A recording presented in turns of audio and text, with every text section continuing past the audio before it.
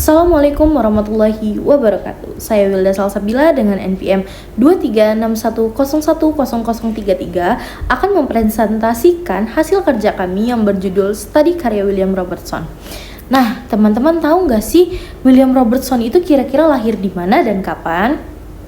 Di sini saya akan menjelaskan tentang lahirnya William Robertson serta studi karya-karya tulis yang telah beliau tulis. William Robertson lahir pada tanggal 19 September 1721. Beliau lahir di Bothwick, Midlothian, Skotlandia. William Robertson sendiri adalah seorang sejarawan di Skotlandia. Nah, teman-teman tahu nggak? Selain jadi sejarawan, William Robertson juga ternyata menjadi seorang pendeta di Presbyterian. William Robertson memiliki pendidikan di University of Edinburgh. William Robertson menyelesaikan studinya pada tahun 1741. William Robertson meninggal pada saat beliau menginjak usia 71 tahun, yang dimana saat itu meninggal pada tanggal 11 Juni 1793. Dan William Robertson dimakamkan di Greyfriars Kirkyard, Edinburgh. William Robertson sendiri memberikan namanya kepada William Robertson Wing, yakni itu adalah bangunan Old Medical School of University Edinburgh pada Teviot Place, yakni rumah sekolah sejarah klasik arkeologi. Nah, pada tahun 1759 telah muncul sebuah karya William Robertson yaitu mengenai sejarah Skotlandia dengan judul The History of Scotland During the Reigns of Queen Mary and King James. Nah, dan karena berkat karyanya yang telah keluar, William Robertson mendapatkan reputasi sebagai seorang sejarawan dan penulis sejarah untuk Skotlandia. Pada tahun 1769 muncullah karya Robertson yang lainnya yang mengenai sejarah pemerintahan Kaisar Charles V yang berjudul History of the Reign of Charles V. Kemudian pada tahun 1777 muncul karya William Robertson yang lainnya dengan judul The History of America yang terdiri dari 8 jilid. Dan lainnya lagi di tahun 1791 dengan berjudul An Historical Discussion Concerning the Knowledge which the Ancients Had of India. Tidak berhenti di situ, pada tahun 1796 muncul lagi sebuah karya yang telah William Robertson tulis dengan berjudul The History of America jilid 9-10.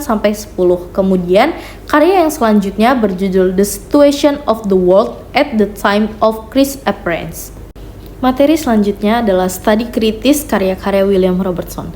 Nah, seperti yang kita tahu, William Robertson adalah seorang sarjana dengan reputasinya yang luar biasa. Banyak sekali penulis di masa itu, namun William Robertson tetap menggunakan perkiraan dekat dari alam pendekatan ilmu. Pada masa abad 18, William Robertson adalah seorang sejarawan yang menerbitkan sebuah buku sejarah lebih dari satu. Faktanya, Robertson meneliti masa lalu berulang kali bukanlah sebuah hal sepele. Buku yang telah ditulis oleh Robertson dapat dilihat sebagai perhatiannya bergerak tanpa jeda ataupun berjeda antara area masa lalu yang bisa terbilang berdekatan. Banyak orang berpikir bahwa penyelidikan sejarah menjadi pencarian tidak hanya untuk kebenaran tentang apa yang telah manusia perbuat, tapi juga tentang cara yang jujur dalam menulis tentang perbuatan yang telah manusia lakukan. Robertson juga mengungkapkan bahwa historiografi bersifat tidak. Dalam masing-masing dari 3 sejarah utamanya, kita dapat melihat dia membiarkan asumsi teoritis karyanya dimodifikasi oleh kualitas subjeknya. Narasinya secara bertahap disesuaikan dengan kontur periode yang digambarkan dan serangkaian akomodasi lokal itu membawanya ke posisi yang sangat berbeda dari yang dia tempati di awal karirnya. William Robertson menjadikan materialisme sebagai dasar atas pijakan pemikirannya. Tidak hanya materialisme, Robertson juga menggunakan pemikiran dialektika historis, basis suprastruktur, dan sosialisme ilmiah dalam pemikiran-pemikirannya. Materi selanjutnya akan dijelaskan oleh rekan saya yakni Amira Zahida Mumtaz tentang penulisan sejarah secara saintifik. Perkenalkan, nama saya Amira Zahida Mumtaz. saya akan melanjutkan materi yang sudah telah saya sampaikan. Materi yang akan saya sampaikan adalah mengenai penulisan sejarah secara saintifik. Seperti yang kita ketahui, sejarah itu merupakan metode dalam merekonstruksi masa lampau, peristiwa-peristiwa masa lampau, seperti apa yang telah dijelaskan oleh Kunto Wijoyo.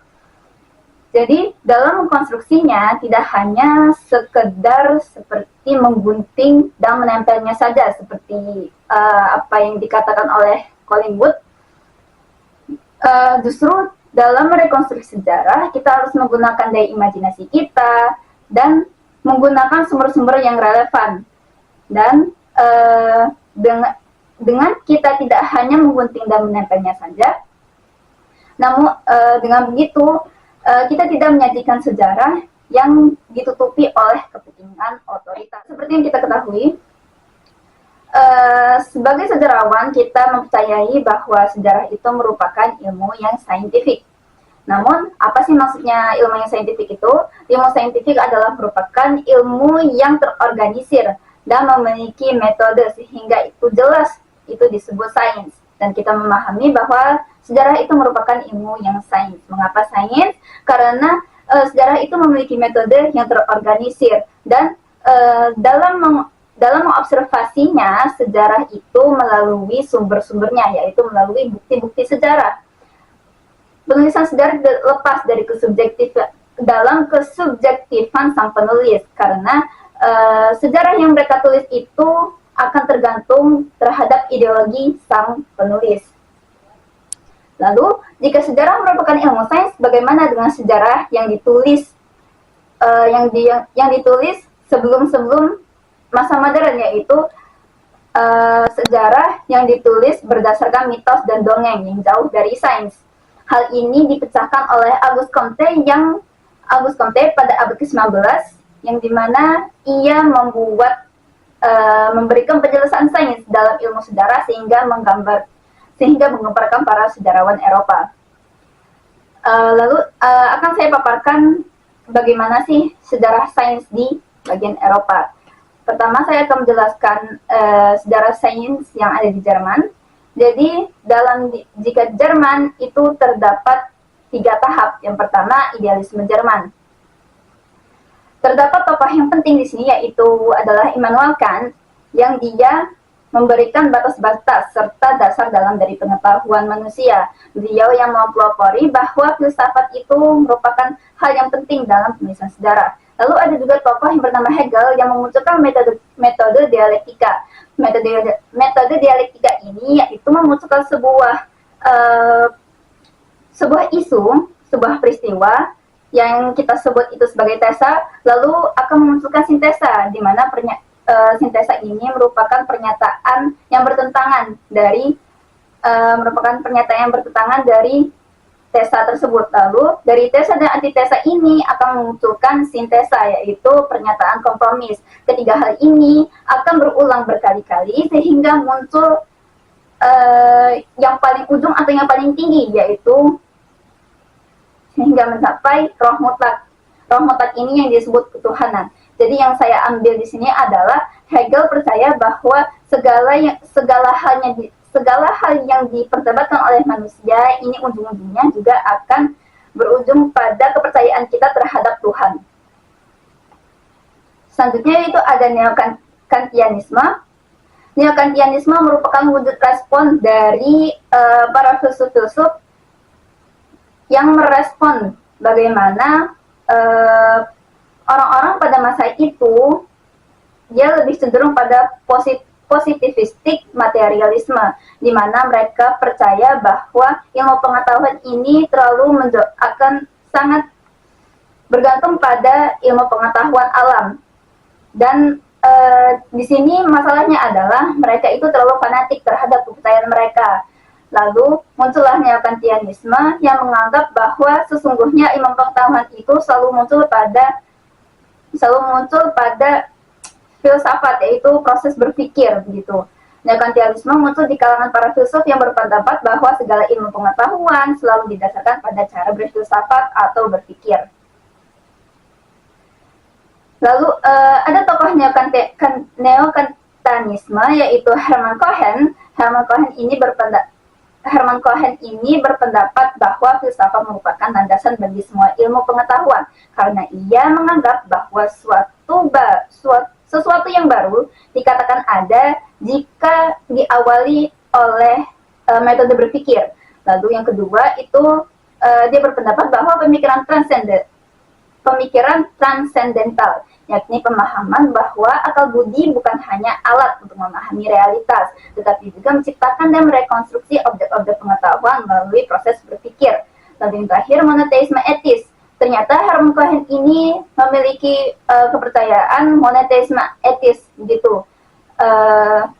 Ia berpendapat bahwa filsafat itu ada hubungannya dengan agama, sehingga saat itu agama Yahudi menjadi sumber utama dalam moralitas agama.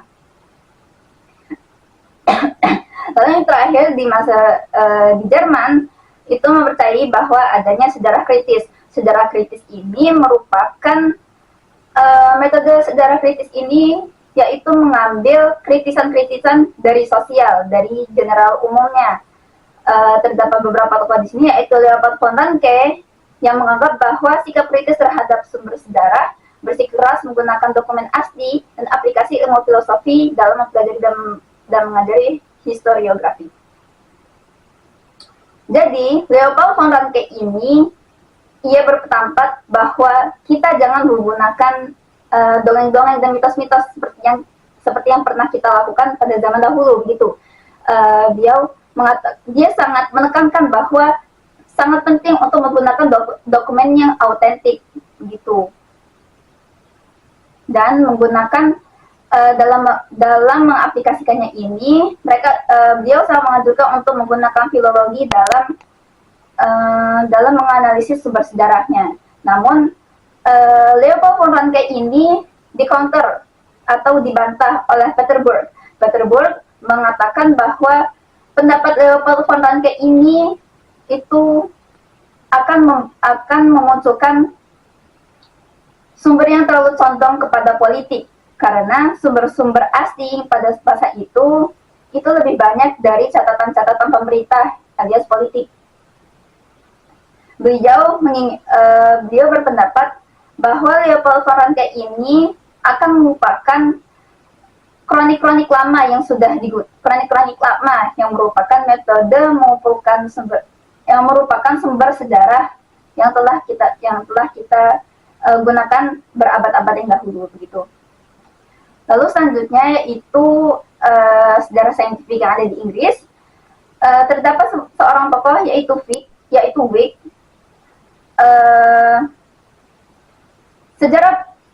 Metode penulisan sejarah di Inggris tidak terlalu signifikan, begitu. Tetapi pada masa itu terdapat istilah populer yaitu interpretasi sejarah Wyck. Interpretasi sejarah Wyck ini dicetuskan oleh Wyck sendiri, yang beliau merupakan seorang liberal, sehingga dia sangat memiliki cita-cita tinggi dalam memajukan demokrasi yang ada di Inggris. Selanjutnya yaitu sejarah saintifik di Prancis. Di Prancis sendiri memiliki andil tersendiri dibandingkan dengan negara-negara Eropa yang lain, yaitu mereka memiliki andil dalam menghubungkan ilmu sosial dengan ilmu sejarah, karena pada saat itu ilmu sosial dan ilmu sejarah itu berjalan sendiri-sendiri. Seperti contohnya ada dua tokoh, Mark Bloch dan Lucien Febvre, menjadi penggebrak perubahan dalam penulisan ini. Namun keduanya memiliki cara sendiri-sendiri. Seperti Mark itu lebih condong dalam komparasi seperti Durkheim, lalu ada Febvre itu beliau lebih condong dalam sintesis sejarah berdasarkan geografi. Lalu ada sejarah saintis di Italia. Di Italia sendiri memiliki sumbangsi tersendiri, yaitu perubahan penulisan sejarah, yakni beralih dari sejarah yang bersudut pandang pada elit negara menjadi lebih general, lebih umum, berdasarkan pada asumsi-asumsi generalisasi dari ilmu-ilmu sosial. Baiklah, itu saja materi yang dapat kami sampaikan. Saya akan membacakan kesimpulannya. William lahir pada tanggal 19 September 1721 di Borthwick, Midlothian, Skotlandia. William sendiri merupakan seorang sejarawan Skotlandia sekaligus sebagai pendeta Presbyterian. Dia menjadi pendeta di gereja pada tahun 1743.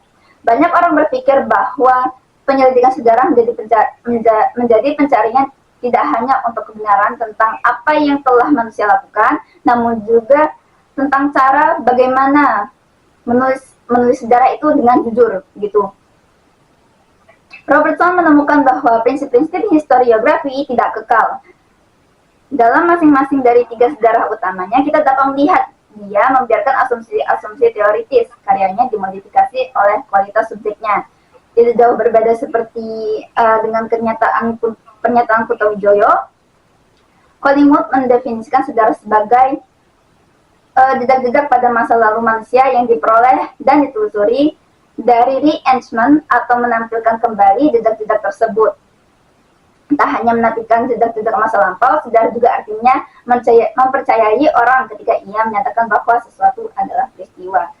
Baiklah, itu saja yang dapat kami sampaikan. Kami mohon maaf jika ada perkataan yang kurang berkenan. Kami mohon kepada Allah, kami mohon ampun. Wabillahi taufiq wal hidayah. Wassalamualaikum warahmatullahi wabarakatuh.